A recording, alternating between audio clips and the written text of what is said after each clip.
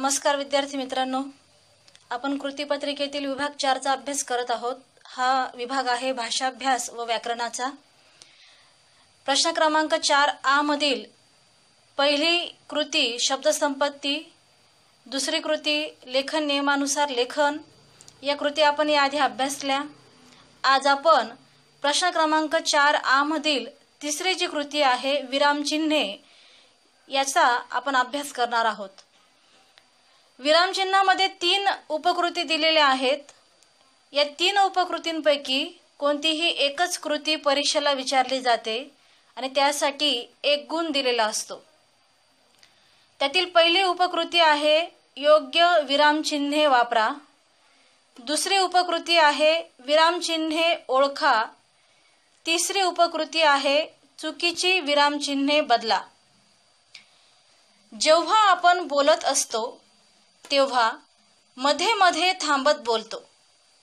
या थांबण्याला विराम असे म्हणतात। लेखनामध्ये हा विराम वेगवेगळ्या खुणांनी किंवा चिन्हांनी दाखवला जातो। या चिन्हांना विराम चिन्हे असे म्हणतात। पहा मित्रांनो, या ठिकाणी मी विराम आणि विराम चिन्हाची जी व्याख्या वाचली ती वाचत असताना सुद्धा सलग वाचत नाही गेली, तर कुठे स्वल्पविराम आला, कुठे पूर्णविराम आला, तर अशा ठिकाणी मी थांबली आणि म्हणून असं थांबणं त्याला विराम म्हणतात। आणि ही जी चिन्ह आपण वाक्यामध्ये वापरतो त्याला विराम चिन्ह म्हणतात। उदाहरणार्थ, माणसांची वेळ झाली की म्हातारीची ढाळस सुटायची।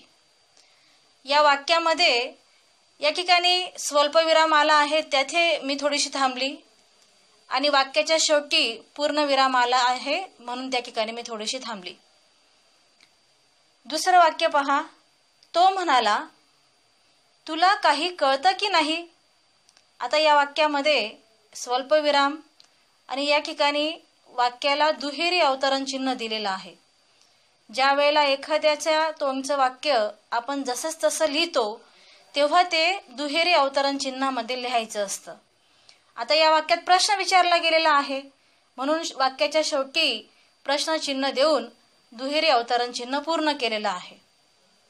तिसरं वाक्य पहा, ओहो किती सुंदर दृश्य आहे ते। या वाक्यामध्ये मनातली भावना व्यक्त झालेली आहे आणि म्हणून ज्या वेळेला भावना व्यक्त करतात त्यावेळेला वाक्याच्या शेवटी उद्गारवाचक चिन्ह देतात। मित्रांनो, विरामचिन्हांवरील कृती अभ्यासण्याच्या आधी आपण मराठीत जे प्रमुख 9 विरामचिन्हे आहेत त्यांची ओळख करून घेऊया। या ठिकाणी तुमच्या समोर एक तक्ता या ठिकाणी मी बरोबर लिहिलेला आहे। त्या चिन्हाचे नाव, चिन्ह, हे चिन्ह केव्हा वापरले जाते आणि उदाहरण पण या ठिकाणी मी लिहिलेले आहे। या तक्त्यावरून सर्व विरामचिन्हांची तुम्हाला ओळख होणार आहे आणि ते विरामचिन्ह वाक्यात कुठे वापरायचं तेही समजणार आहे। पहिलं विरामचिन्ह आहे पूर्णविराम। चिन्ह एखाद्या टिंबाप्रमाणे दिलेले असते।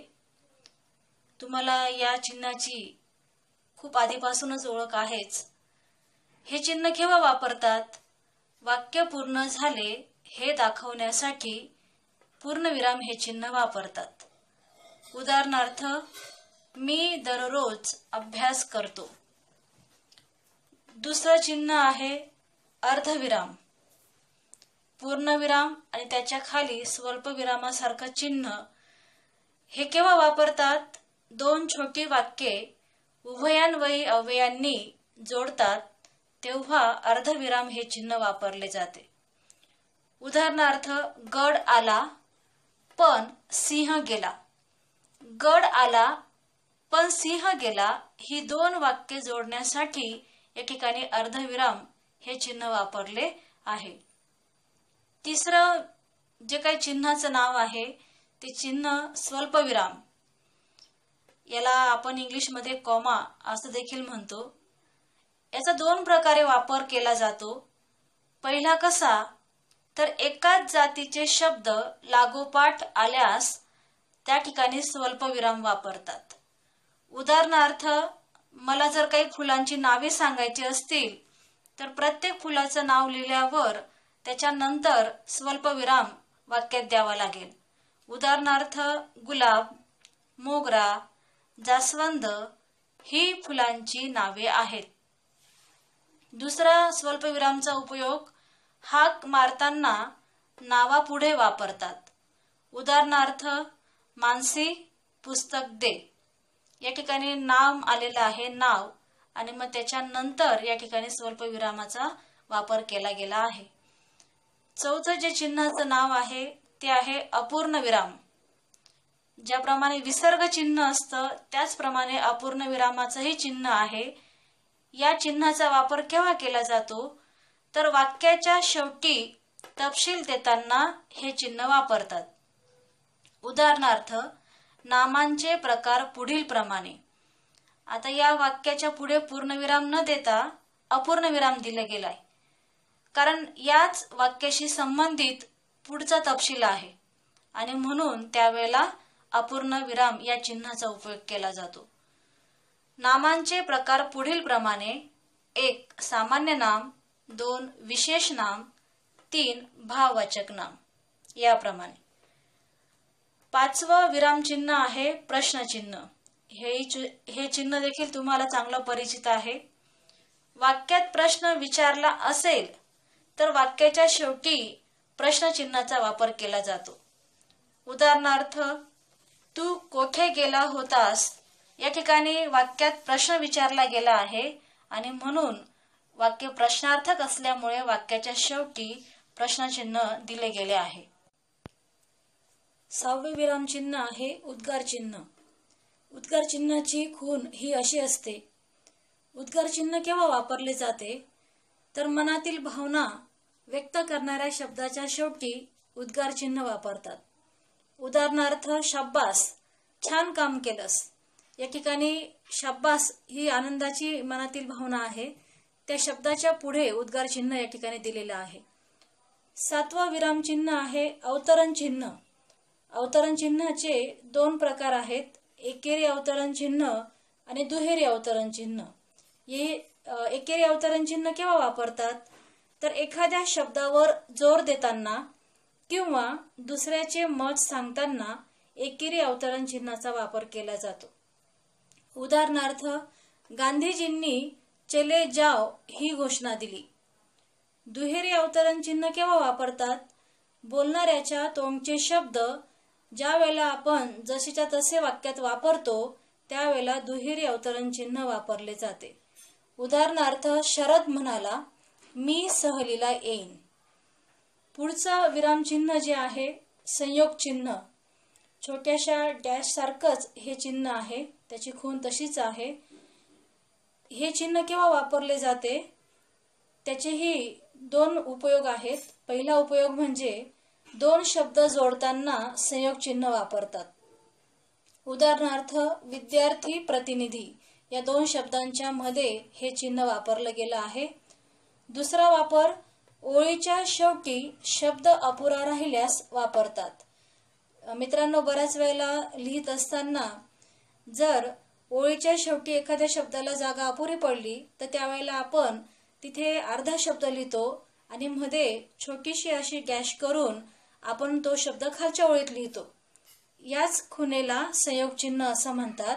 उदाहरणार्थ बघा, मला निबंध लिहायला आवडतो. आता लिहायला हा शब्द या ठिकाणी पूर्ण न मावल्याने मी 2 अक्षरी शब्द लिहिल्यानंतर मध्ये संयोग चिन्ह दिलं आणि उरलेला शब्द खाली लिहिलेला आहे. मराठीतील शेवटचे विरामचिन्ह जे आहे त्या चिन्हाचे नाव आहे अपसारण चिन्ह. त्यालाच आपण इंग्लिशमध्ये डॅश असे देखील म्हणतो. त्याचाही उपयोग 2 प्रकारे केला जातो. पहिला, बोलता बोलता विचार मालिका तुटल्यास हे चिन्ह वापरले जाते. उदाहरणार्थ, मी गेलो पण या ठिकाणी वाक्य अपूर्ण राहिले आहे. विचार मालिका तुटल्यामुळे या ठिकाणी अपसारण चिन्ह दिलं गेलं आहे. दुसरा उपयोग, स्पष्टीकरण द्यायचे असल्यास अपसारण चिन्हाचा वापर करतात. उदाहरणार्थ, ती मुलगी जिने लाल रिबीन बांधली आहे ती पहिली आली. या ठिकाणी वाक्यामध्ये मुलीबद्दल स्पष्टीकरण देताना त्या ठिकाणी अपसारण चिन्ह म्हणजे डॅश या चिन्हाचा वापर केला गेलेला आहे. बघा विद्यार्थी मित्रांनो, मराठीतील 9वी जे विराम चिन्ह आहेत त्या विराम चिन्हांची नावे, त्या चिन्हांच्या खुणा, ती चिन्ह केव्हा वापरली जातात हे उदाहरणासह आपण या तक्त्याद्वारे स्पष्ट केलेले आहे. कृतीपत्रिकेत विरामचिन्ह या घटकावर कशा प्रकारे कृती विचारली जाते ते आता आपण पाहू. मी या ठिकाणी 4 कृती बोर्डवर लिहिलेल्या आहेत. त्यापैकी कोणतीही एक कृती 2 गुणांसाठी परीक्षेला विचारली जाते. पहिली कृती पहा, पुढील विरामचिन्हे ओळखा. या ठिकाणी डाव्या बाजूला विरामचिन्हांच्या खुणा दिलेल्या आहेत आणि त्या खुणा ओळखून तुम्हाला त्याचे नाव इथे चौकटीत समोर लिहायचे आहे. आता ही 4ही विरामचिन्हे मित्रांनो तुम्हीही ओळखली असणारच. पहिलं विरामचिन्ह पहा, पूर्णविराम. दुसरं विरामचिन्ह आहे प्रश्नचिन्ह. तिसरं विरामचिन्ह आहे अपूर्णविराम आणि चौथं विरामचिन्ह आहे एकेरी अवतरण चिन्ह. मग याप्रमाणे असा तक्ता आखून उत्तरपत्रिकेत ही चिन्हे दाखवून त्याच्या समोर त्या चिन्हाचे नाव आपल्याला इथे लिहायचे आहे. 4 चिन्ह दिलेली आहेत, प्रत्येकी अर्धा गुण आणि असे 4 चिन्ह 2 गुणांसाठी आपल्याला त्या ठिकाणी लिहायची आहेत. दुसरी कृती कशा प्रकारे विचारली जाऊ शकते. इथे एक तक्ता आपल्या समोर दिलेला आहे, तक्ता पूर्ण करा. चिन्ह आणि नाव, जी चिन्हे दिलेली आहेत 2 त्यांची नावं आपल्याला लिहायची आहेत आणि जी 2 विरामचिन्हांची नावं लिहिलेली आहेत त्यांचे आपल्याला खुणा चिन्ह दाखवायची. पहिलं चिन्ह या ठिकाणी तुम्हीही ओळखले असेलच, हे आहे उद्गार चिन्ह. चिन्हही काढायचे, पुढे त्याचे नाव द्यायचे, उद्गार चिन्ह. इथे नाव दिलेलं आहे विरामचिन्हाचं स्वल्पविराम. स्वल्पविरामाचं चिन्ह तुम्हाला माहिती आहे, ते इथे काढा. पुढचं इथे चिन्ह दिलेले आहे, नाव लिहायचं आहे. हे चिन्ह आहे दुहेरी अवतरण चिन्ह. या ठिकाणी लिहा दुहेरी अवतरण चिन्ह. अर्धविराम, अर्धविरामाचं हे चिन्ह आपण अभ्यासलं आहे, त्या पद्धतीने इथे लिहा. तिसरी कृती जी विचारली जाते ती पुढे दिलेल्या उपयोगावरून कोणते विरामचिन्ह वापराल ते चिन्ह लिहा. आपण सुरुवातीला जो मोठा तक्ता अभ्यासला त्या तक्त्यामध्ये मी चिन्ह, त्या चिन्हाचे नाव आणि केव्हा वापरतात असा तो तक्ता तुम्हाला शिकवला होता. तर त्यात त्या प्रत्येक विरामचिन्हाचा उपयोग दिलेला होता. मग त्याप्रमाणे आपण तो उपयोग ओळखून त्या ठिकाणी हे वाक्य वाचून चिन्ह या ठिकाणी लिहायचे. पहिलं वाक्य पहा, एखाद्याचे बोलणे जसेच्या तसे देण्यासाठी. मग आपण त्यावेळेला वापरतो दुहेरी अवतरण चिन्ह. या ठिकाणी दुहेरी अवतरण चिन्ह चौकटीत दाखवायचे. दुसरं वाक्य पहा, उत्कट भाव व्यक्त करण्यासाठी. आपल्या मनातील भाव भावना व्यक्त करण्यासाठी आपण उद्गार चिन्हाचा वापर करतो. ते चिन्ह या ठिकाणी दाखवा. 2 चौकटी दिलेल्या आहेत, 1-1 गुणासाठी ह्या 2 कृती विचारल्या जातात. चौथी जी काही कृती विचारली जाते विरामचिन्हांवर ती पहा, पुढील वाक्यातील विरामचिन्हे ओळखा. पहिलं वाक्य दिलेलं आहे, गोष्टी सुद्धा किती थक्क करणाऱ्या. इथे पुढे विरामचिन्ह आलेलं आहे उद्गार चिन्ह, म्हणजे हा आलेला आहे स्वल्पविराम. जग असंही असतं तर पुढे पुन्हा उद्गारवाचक चिन्ह आलेलं आहे. हे दोघं चिन्ह सारखेच असल्यामुळे ते एकाच चौकटीत आपण दाखवू शकतो आणि एका चौकटीमध्ये स्वल्पविराम. मग पहिल्या चौकटीमध्ये उद्गारवाचक चिन्ह दाखवायचं, त्याचं नाव लिहायचं उद्गार चिन्ह. दुसऱ्या चौकटीमध्ये स्वल्पविराम दाखवायचा, त्याचं नाव लिहायचं स्वल्पविराम. दुसरं वाक्य आहे, उद्या कोकिळेचं कुहू ऐकू येईल का. आता या वाक्यातही 2 विरामचिन्हांचा वापर केला गेला आहे. कुहू या शब्दाला एकेरी अवतरण चिन्ह दिलेलं आहे आणि पुढे प्रश्नचिन्ह.